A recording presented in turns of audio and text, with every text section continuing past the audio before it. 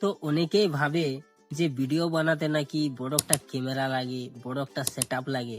আসলে কি তা সত্যি? তো চলো ভিডিওটা জানা যাক। তো বন্ধু, আজকাল লাখ লাখ ক্রিয়েটার আছে ইউটিউবে যে মোবাইল দিয়েই কিন্তু ভিডিও বানিয়ে কোটি কোটি ভিউ আনছে। তার কারণ কি বলো দেখি? তার কারণ হচ্ছে, প্রথম হচ্ছে ভিডিও আইডিয়া, মানে কি টাইপের ভিডিও বানালে ভিডিওতে বেশি ভিউ আসবে। তারপর হচ্ছে নিজের একটা এনার্জি। তারপর হচ্ছে ভয় তো একদমই করা যাবে না। এসব যদি তুমি না মানতে পারবে, না যদি শিখো, কোনোদিনই কিন্তু ভিডিওতে ভিউ আসবে না। তাই আলো চাইলেই কিন্তু একটা জানলার আলোই যথেষ্ট, আর এডিট জানলে কিন্তু একটা ফ্রি অ্যাপেই যথেষ্ট। তো এটা আমি বললি কেন বলো দেখি?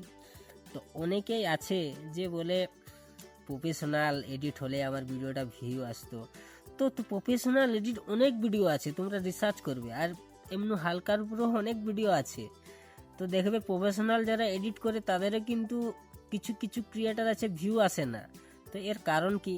তোমাকে সবগুলোই তোমাকে মোটামুটি ঠিক রাখতে হবে। তুমি প্রফেশনাল এডিট করলে কিন্তু কন্টেন্টটা তোমার ঠিক নেই, তো ভিডিওতে ভিউ আসবে কি করে?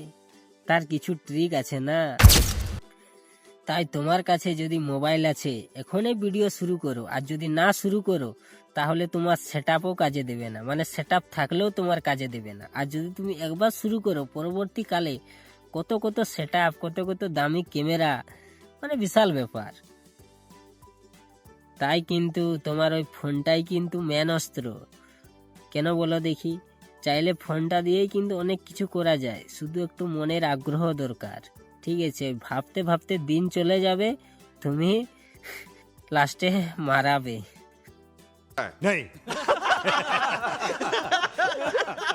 আর হ্যাঁ বন্ধু, এই ভিডিওটা যদি ভালো লাগে, তোমার ভাইটাকে ছোট্ট করে একটা লাইক করে দেবে। আর যদি টুকু সেরকম ভালো লাগে, মানে আরো যদি ভালো লাগে, একটা সুন্দর করে কমেন্ট করে দেবে।